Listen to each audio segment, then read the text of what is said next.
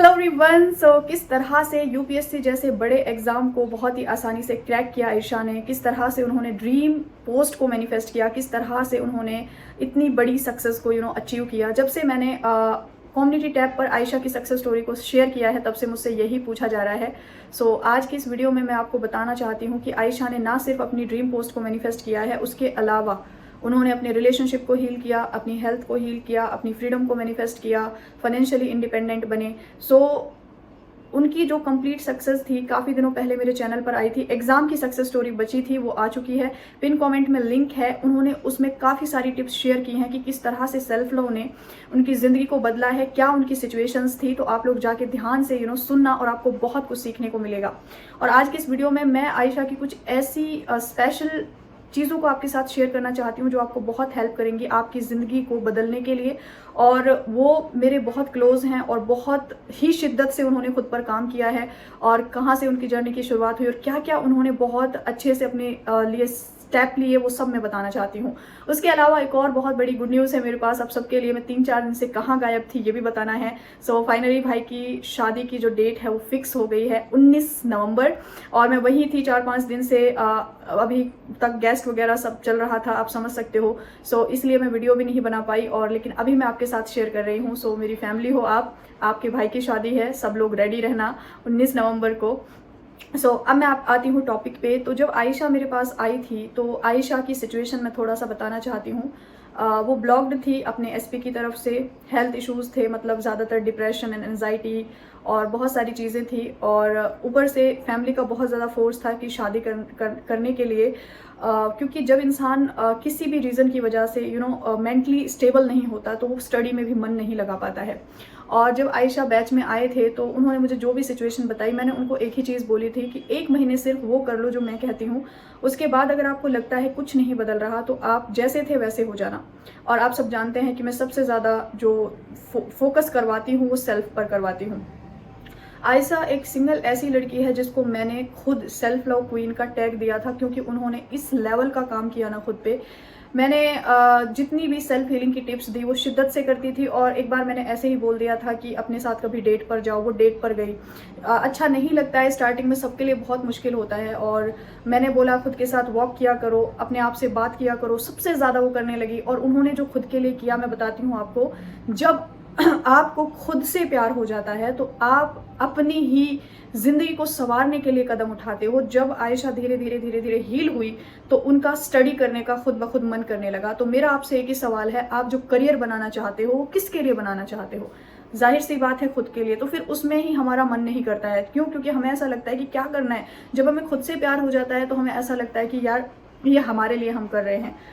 खुद के साथ डेट पे जाना, खुद के साथ वॉक करना, सेल्फ लव लेटर को पढ़ना, और अपने आप को चॉकलेट्स गिफ्ट करना, अपने आप को रोज़ गिफ्ट करना, ये सब आयशा ने किया। बैच में जितने भी टास्क दिए, जितना भी सब बताया, सब उन्होंने फॉलो किया। तो पहला जो चमत्कार उनके साथ होता है वो यही होता है कि 1 मंथ बाद उनके पार्टनर ने उनको अनब्लॉक किया, और उसके बाद उन्होंने उनको direct commitment the, will you marry me. And उसके बाद आप जानते हैं कि जब एक ये एरिया जो होता है ना हमारा रिलेशनशिप वाइज, ये बहुत सेंसिटिव होता है। और जब ये एरिया हमारा हील होता है कम्प्लीटली तो हम बहुत ज़्यादा स्टेबिलिटी के साथ अपनी ज़िंदगी में काम करते हैं, अपनी ग्रोथ पर काम करते हैं। उसके बाद आयशा को फैमिली का सपोर्ट नहीं था। एग्ज़ाम देने के लिए खुद अकेले गई, सेंटर एग्ज़ाम दे के आई, और उसके बाद वो बहुत ज़्यादा स्टडी करते थे, और उसके बाद भी उनको थकान नहीं होती थी। क्यों? क्योंकि सेल्फ लव आपके अंदर वो एनर्जी भर देता है कि आप कितना भी काम कर लो आप थकते नहीं हो।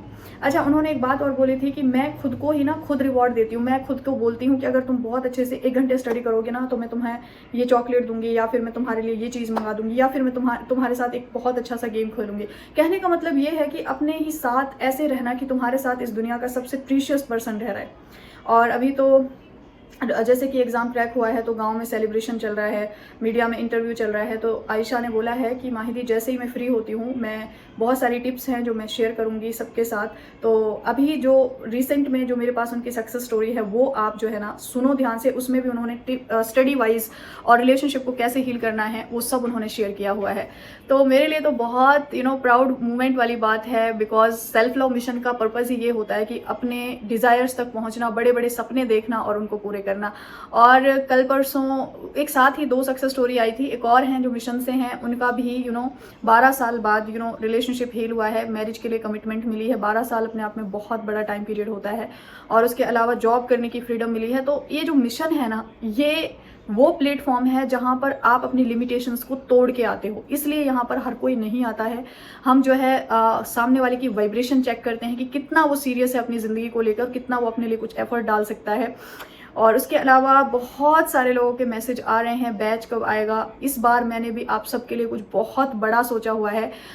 बैच बहुत ही यूनिक और बहुत ही अमेजिंग तरीके से होने वाला है। इस बार ऑल इन वन होगा, health, wealth, career, freedom, success, सब कुछ हम एक में डालेंगे, रिलेशनशिप। और जिस तरह से ये बैच मैंने सोचा हुआ है, अगर आप भी मेरी तरह सीरियस हो जाते हैं, जितना सीरियस हो के, सीरियस मतलब वो वाला सीरियस नहीं, सैड होना, यानी कि पैशनेट अगर आप मेरी तरह हो जाते हैं इस बैच को लेकर जो आने वाला है अक्टूबर में, मैं आपको मतलब प्रॉमिस कर सकती हूँ कि ज़िंदगी बदलेगी। सो जल्दी ही 1 या 2 दिन वेट करो, मैं बैच को किस तरह से डिज़ाइन करना है वो सब सोचा हुआ है। डेट, टाइमिंग का भी मैं आपको अनाउंस कर दूंगी, आप लोग रेडी रहो। और अक्टूबर में हम जो है साथ में मिलकर बहुत बड़े बड़े चमत्कार करने वाले हैं। फिलहाल तो मैं खुद बहुत हायर वाली फ्रिक्वेंसी में हूँ, जस्ट बिकॉज ऑफ भाई की शादी का फिक्स होना, बड़ी बड़ी सक्सेस स्टोरीज आ रही हैं।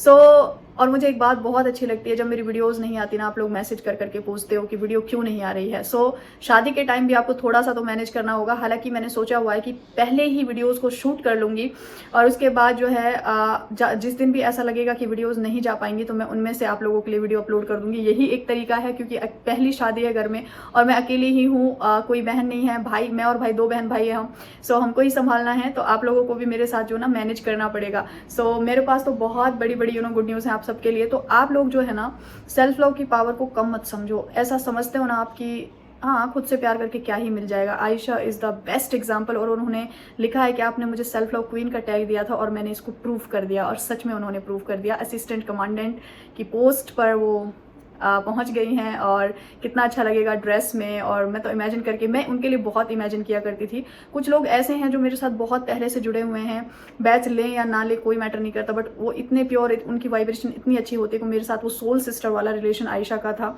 सो और भी success stories on the way हैं, आप लोग बस सक्सेस स्टोरीज को अप्रिशिएट करो, आपकी भी ऑन द वे है। सो मैं आपको बस एक ही चीज़ बोलना चाहती हूँ, सेल्फ लव की पावर वो पावर है। देखो, आप थोड़ा सा समझने की कोशिश करो।